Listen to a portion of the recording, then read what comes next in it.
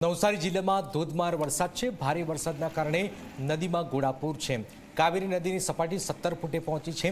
નદીની સપાટી વધતા જ બીલીમોરામાં પણ પાણી ભરાયા છે। બીલીમોરાના દેસરા વિસ્તારમાં પાણી ભરાઈ ગયા છે।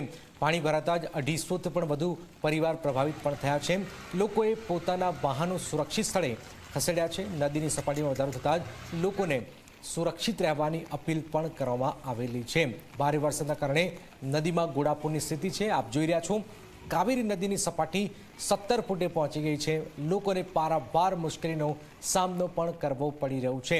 પાણી ભરાતા 250થી પણ વધુ પરિવારો અસરગ્રસ્ત થયા છે। આપ જોઈ રહ્યા છો નવસારીમાં સતત વરસાદ અને જેના કારણે અનેક લોકોને મુશ્કેલીનો સામનો કરવો પડી રહ્યો છે।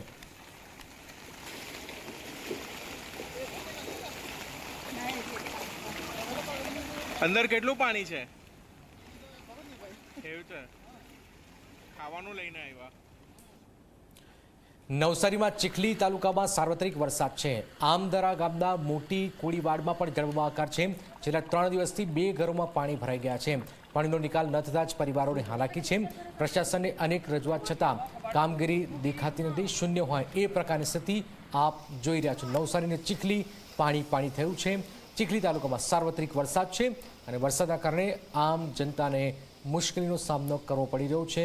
લાખો કરોડોના રૂપિયાનું નુકસાન પણ થઈ રહ્યું છે। લોકોના ઘરોમાં પાણી ઘૂસી ગયા છે।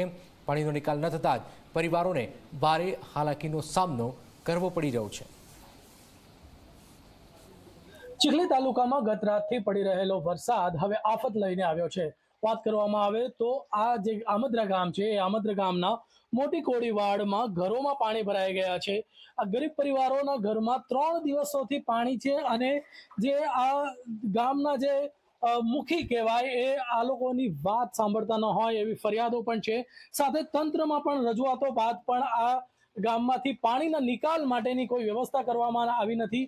2 થી 3 ઘરોમાં જે પાણી છે તેના કારણે 3 દિવસથી આ પરિવારો હેરાન થઈ રહ્યા છે અને એમને મુશ્કેલી વેઠવાનો વારો આવ્યો છે। વાત કરીએ તો ઘર વખરી પણ પલળી ગઈ છે। ત્યારે શું સ્થિતિ છે એમની પાસેથી જાણવાનો પ્રયાસ કરીશું। જી આપનું નામ?